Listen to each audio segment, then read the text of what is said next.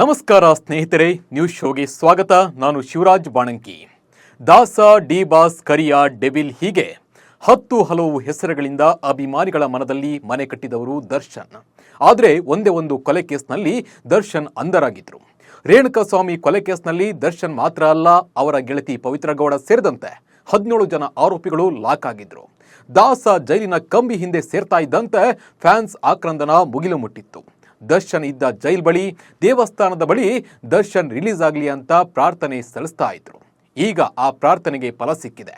ದರ್ಶನ್, ಪವಿತ್ರ ಗೌಡ ಸೇರಿ 7 ಜನ ಆರೋಪಿಗಳಿಗೆ ಗುಡ್ ನ್ಯೂಸ್ ಸಿಕ್ಕಿದೆ. ಅಂದ್ರೆ ಪೂರ್ಣಾವಧಿ ಬೇಲ್ ಸಿಕ್ಕಿದೆ. ಇದನ್ನ ಕೇಳಿದವರಿಗೆ ಶಾಕ್ ಅನಿಸಿದ್ರು. ಇದು ನಿಜ. ಹಾಗಿದ್ರೆ ದರ್ಶನ್ಗೆ ಬೇಲ್ ಸಿಕ್ಕಿತ್ತು ಹೇಗೆ? ಫ್ಯಾನ್ಸ್ ಸಂಭ್ರಮ ಹೇಗಿದೆ ಅನ್ನೋದ್ರ ಜೊತೆ ಸಾಕಷ್ಟು ಸುದ್ದಿಗಳನ್ನ ನೋಡೋಣ. ನಾನು ಶಿವರಾಜ್ ಬಾಣಂಕಿ. ನೀವು ಸುದ್ದಿ ಅನ್ನದ ಸಬ್ಸ್ಕ್ರೈಬರ್ ಆಗೋದನ್ನ ಮರಿಬೇಡಿ.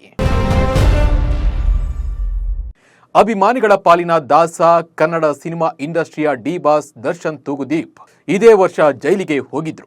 2024ರ ಜೂನ್ ತಿಂಗಳಲ್ಲಿ ರೇಣುಕಾಸ್ವಾಮಿ ಕೊಲೆ ಕೇಸ್ನಲ್ಲಿ ಅಂಧರಾಗಿದ್ರು. ಈ ಸುದ್ದಿ ಕೇಳಿ ಇಡೀ ದೇಶವೇ ಒಂದು ಕ್ಷಣ ಬೆಚ್ಚಿ ಬಿದ್ದಿತ್ತು. ಅಲ್ಲದೆ ದರ್ಶನ್ ತೂಗುದೀಪ್ ಕೇಸ್ ಇಡೀ ಭಾರತದಲ್ಲಿ ಸಖತ್ ಸೌಂಡ್ ಮಾಡಿತ್ತು. ಹೀಗಿದ್ದಾಗ ಡಿ ಬಾಸ್ ದರ್ಶನ್ ಅವರ ಕೋಟಿ ಕೋಟಿ ಅಭಿಮಾನಿಗಳು ತಮ್ಮ ನೆಚ್ಚಿನ ನಟ ಎಲ್ಲ ಕಂಟಕ ಎದುರಿಸಿ ಪಾರಾಗಿ ಹೊರಗೆ ಬರಲಿ ಅಂತ ಪ್ರಾರ್ಥನೆ ಮಾಡ್ತಾ ಇದ್ರು. ದರ್ಶನ್ ಕೂಡ ಜೈಲಿಗೆ ಹೋದ ಮೇಲೆ ಬೆನ್ನು ನೋವಿನಿಂದ ನರಳಿ ಬೆಂಡಾಗಿ ಹೋಗಿದ್ರು. ಆದ್ರೆ ಈಗ ಡಿ ಗ್ಯಾಂಗ್ ಫುಲ್ ಹ್ಯಾಪಿ ಆಗಿದೆ. ಲಡ್ಡು ಬಂದು ಬಾಯಿಗೆ ಬಿದ್ದಿದೆ. ದರ್ಶನ್, ಪವಿತ್ರ ಗೌಡ ಸೇರಿದಂತೆ 7 ಜನರಿಗೆ ಜಾಮೀನು ಮಂಜೂರಾಗಿದೆ. ದರ್ಶನ್, ಪವಿತ್ರ ಗೌಡಗೆ ಜಾಮೀನು ಮಂಜೂರು. ಡಿ ಬಾಸ್ ದರ್ಶನ್ ತೂಗುದೀಪ್ ಅವರ ಕೋಟಿ ಕೋಟಿ ಅಭಿಮಾನಿಗಳ ಪ್ರಾರ್ಥನೆ ಇದೀಗ ಫಲಿಸಿದೆ ಅಂತ ಕಾಣ್ತದೆ. ಯಾಕಂದ್ರೆ ಡಿ ಬಾಸ್ ದರ್ಶನ್ ತೂಗುದೀಪ್ ಅವರ ಜೊತೆಗೆ ರೇಣುಕಾಸ್ವಾಮಿ ಕೊಲೆ ಕೇಸ್ನಲ್ಲಿ ಜೈಲಿಗೆ ಹೋಗಿದ್ದ ಪವಿತ್ರ ಗೌಡ ಸೇರಿ 7 ಜನ ಆರೋಪಿಗಳಿಗೆ ಈಗ ಜಾಮೀನು ಮಂಜೂರಾಗಿದೆ. ಮಾನ್ಯ ಕರ್ನಾಟಕ ಹೈಕೋರ್ಟ್ ಇದೀಗ ಜಾಮೀನು ಮಂಜೂರು ಮಾಡಿ ಆದೇಶ ನೀಡಿದೆ. ನ್ಯಾಯಮೂರ್ತಿ ಎಸ್ ವಿಶ್ವಜಿತ್ ಶೆಟ್ಟಿ ಅವರ ಏಕಸದಸ್ಯ ಪೀಠವು ಆದೇಶ ಪ್ರಕಟಿಸಿದೆ. ಹಾಗಿದ್ರೆ ಯಾರಿಗೆಲ್ಲ ಜಾಮೀನು ಸಿಕ್ಕಿದೆ ಅನ್ನೋದನ್ನ ನೋಡೋಣ ಬನ್ನಿ. A1 Pavithra Gowda, A2 Darshan, A4 Jagadish, A7 Anukumar alias Anu, A12 Lakshman, A11 Nagaraj, A14 ಪ್ರದೂಷ್ಗೆ ಜಾಮೀನು ಮಂಜೂರಾಗಿದೆ. ಡೆವಿಲ್ ಸಿನಿಮಾ ಶೂಟಿಂಗ್ ಯಾವಾಗ? ಕಾಟೇರ ಸಿನಿಮಾ ಚಂದನವನದಲ್ಲಿ ಹೊಸ ದಾಖಲೆ ಬರೆದಿದ್ದ ಚಿತ್ರ.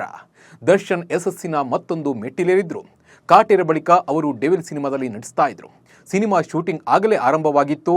ಮೈಸೂರಿನಲ್ಲಿ ಡೆವಿಲ್ ಸಿನಿಮಾ ಶೂಟಿಂಗ್ ಸಂದರ್ಭದಲ್ಲೇ ರೇಣುಕಾಸ್ವಾಮಿ ಕೊಲೆ ಪ್ರಕರಣದಲ್ಲಿ ಅವರನ್ನು ಬಂಧಿಸಲಾಗಿತ್ತು. ಇದರಿಂದ ಶೂಟಿಂಗ್ ಅರ್ಧಕ್ಕೆ ನಿಂತಿತ್ತು. ಈಗ ದರ್ಶನ್ ಸಿನಿಮಾ ಚಿತ್ರೀಕರಣದಲ್ಲಿ ಭಾಗವಹಿಸಲು ಅವಕಾಶವಿರುವ ಕಾರಣ ಅವರು ಡೆವಿಲ್ ಸಿನಿಮಾ ಶೂಟಿಂಗ್ ಮುಗಿಸುವ ಸಾಧ್ಯತೆ ಇದೆ. ಹಾಗೆ ದರ್ಶನ್ ಯಾವಾಗ ಜೈಲು ಸೇರಿದ್ರೋ ಅವಾಗಿಂದ ಅವರ ಪತ್ನಿ ವಿಜಯಲಕ್ಷ್ಮಿ ಅವರನ್ನ ಹೊರಗೆ ತರಲು ಸಾಕಷ್ಟು ಕಷ್ಟಪಟ್ಟಿದ್ರು. ಇದೀಗ ಕೊನೆಗೂ ವಿಜಯಲಕ್ಷ್ಮಿ ಅವರ ಆಸೆ ಮತ್ತು ಅವರ ಕಷ್ಟಕ್ಕೆ ಪ್ರತಿಫಲ ಸಿಕ್ಕಂತಾಗಿದೆ.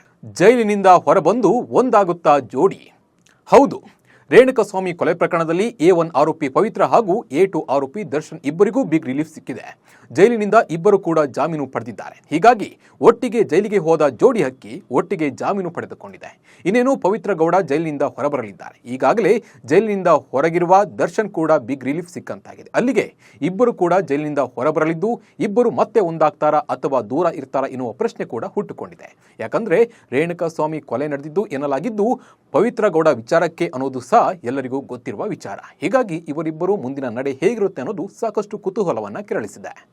ದರ್ಶನ್ಗೆ ಬೇಲ್ ಸಿಗುತ್ತಿದ್ದಂತೆ ಮುಗಿಲು ಮುಟ್ಟಿದ ಸಂಭ್ರಮ.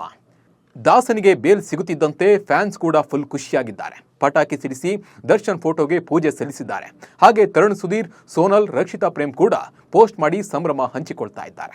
ಆದರೆ ರೇಣುಕಾಸ್ವಾಮಿ ಕುಟುಂಬ ಮಾತ್ರ ದುಃಖದಲ್ಲಿದ್ದು ನ್ಯಾಯ ಎಲ್ಲಿದೆ ಅಂತ ಪ್ರಶ್ನೆ ಮಾಡ್ತಾ ಇದ್ದಾರೆ.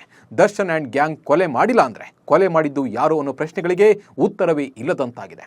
ಒಟ್ನಲ್ಲಿ ದರ್ಶನ್ ಹಾಗೂ ಪವಿತ್ರ ಜೈಲಿಗೆ ಒಟ್ಟಿಗೆ ಹೋದಂತೆ ಒಟ್ಟಿಗೆ ಜಾಮೀನು ಪಡೆದುಕೊಂಡಿದ್ದಾರೆ. ಇವರಿಬ್ಬರು ಮುಂದೆ ಒಬ್ಬರಿಗೊಬ್ಬರು ಮಾದರಿಯಾಗಿ ಜೀವನ ಮಾಡ್ತಾರಾ? ಜೈಲಿಗೆ ಹೋಗಿ ಬದಲಾಗಿದ್ದಾರಾ ಅಥವಾ ಇಲ್ವಾ ಅನ್ನೋದನ್ನ ಕಾಲವೇ ಉತ್ತರಿಸಬೇಕಿದೆ. ವಿಶ್ವ ಚೆಸ್ ಚಾಂಪಿಯನ್ಶಿಪ್ನಲ್ಲಿ ಭಾರತ ಇತಿಹಾಸ ನಿರ್ಮಿಸಿದೆ. ಭಾರತದ ಚೆಸ್ ಆಟಗಾರ ಡಿ ಗುಕೇಶ್ ವಿಶ್ವ ಚಾಂಪಿಯನ್ ಆಗಿ ಹೊರಹೊಮ್ಮಿದ್ದಾರೆ. ಚೀನಾದ ಡಿಂಗ್ ಲಿರೆನ್ ಅನ್ನ ಸೋಲಿಸುವ ಮೂಲಕ ತಮಿಳುನಾಡು ಮೂಲದ 18 ವರ್ಷದ ಗುಕೇಶ್ ವಿಶ್ವ ಚೆಸ್ ಸಾಮ್ರಾಟ ಪಟ್ಟಕ್ಕೇರಿದ್ದಾರೆ.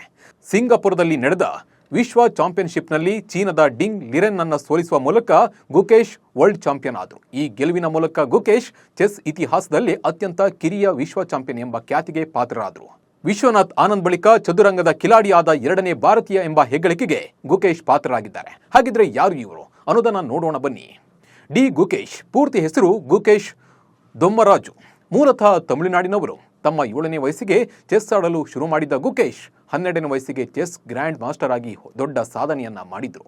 ಇದೀಗ 18ನೇ ವಯಸ್ಸಿನಲ್ಲಿ ವಿಶ್ವ ಚಾಂಪಿಯನ್ಶಿಪ್ ಗೆದ್ದು ದೇಶದ ಕೀರ್ತಿ ಪತಾಕೆಯನ್ನ ಹಾರಿಸಿದ್ದಾರೆ.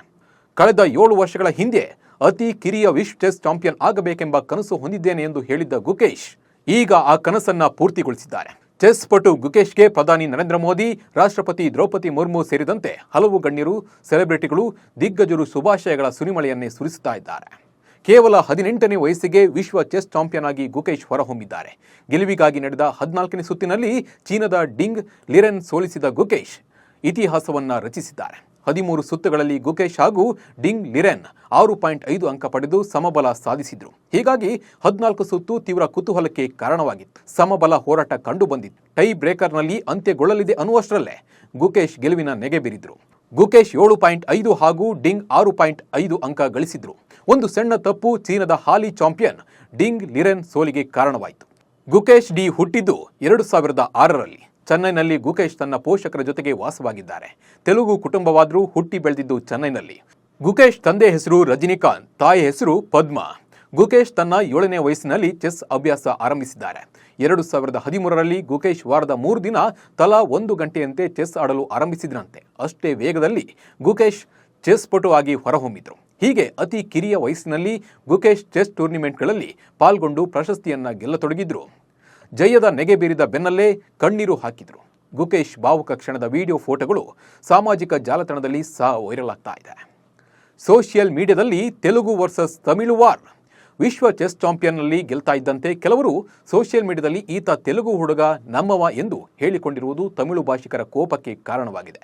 ಸಾಮಾನ್ಯ ಜನ ಮಾತ್ರವಲ್ಲ, ಆಂಧ್ರಪ್ರದೇಶ ಮುಖ್ಯಮಂತ್ರಿ ಚಂದ್ರಬಾಬು ನಾಯ್ಡು ಕೂಡ ಡಿ ಗುಕೇಶ್ಗೆ ಅಭಿನಂದನೆ ಸಲ್ಲಿಸುವ ಟ್ವೀಟ್ನಲ್ಲಿ ನಮ್ಮ ತೆಲುಗು ಹುಡುಗ ಎಂದು ಕರೆದಿದ್ದಾರೆ. ಇದಕ್ಕೆ ಅನೇಕ ತಮಿಳು ಭಾಷಿಕರು ಆಕ್ಷೇಪ ವ್ಯಕ್ತಪಡಿಸಿದ್ದು, ಆತ ತಮಿಳು ಹುಡುಗ ಎಂದು ತಿರುಗೇಟು ನೀಡಿದ್ದಾರೆ.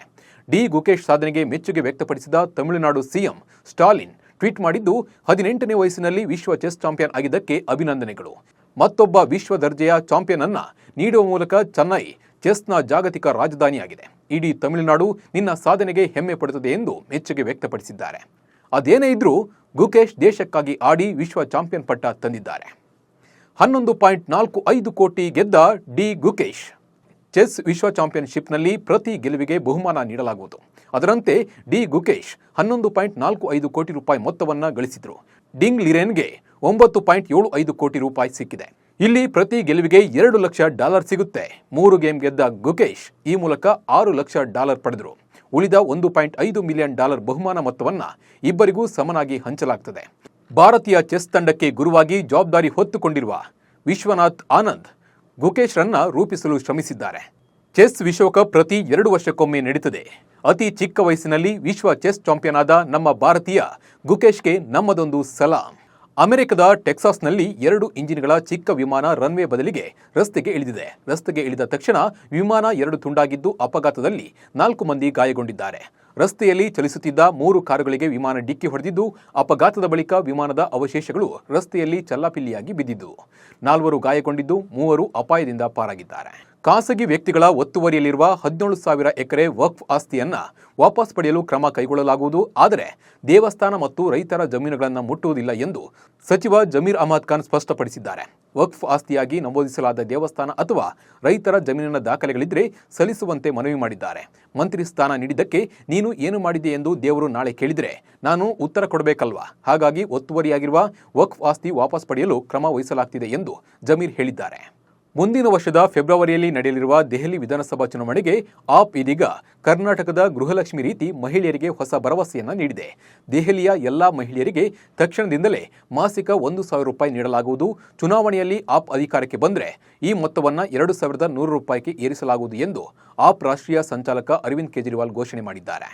ಸೈಯದ್ ಮುಷ್ತಾಕ್ ಅಲಿ T20 ಟ್ರೋಫಿಯ ಸೆಮಿಫೈನಲ್ ಪಂದ್ಯದಲ್ಲಿ ಪಾಂಡ್ಯ ಬ್ರದರ್ ನೇತೃತ್ವದ ಬರೋಡಾ ತಂಡವನ್ನು 6 ವಿಕೆಟ್ಗಳಿಂದ ಸೋಲಿಸಿದೆ. ಮುಂಬೈ ತಂಡ ಈ ಮೂಲಕ ಮುಂಬೈ ತಂಡ ಎರಡನೇ ಬಾರಿಗೆ ಈ ಟ್ರೋಫಿಯ ಫೈನಲ್ ತಲುಪಿದೆ. ಈ ಹಿಂದೆ 2022-23ರಲ್ಲಿ ಮೊದಲ ಬಾರಿಗೆ ಫೈನಲ್ ತಲುಪಿದ ಮುಂಬೈ ತಂಡ ಚೊಚ್ಚಲ ಬಾರಿಗೆ ಚಾಂಪಿಯನ್ ಆಗಿತ್ತು. ಇತ್ತ ಮುಂಬೈ ವಿರುದ್ಧ ಸೋತಿರುವ ಬರೋಡಾ ತಂಡ 6ನೇ ಬಾರಿಗೆ ಫೈನಲ್ ಆಡುವ ಅವಕಾಶದಿಂದ ವಂಚಿತವಾಗಿದೆ.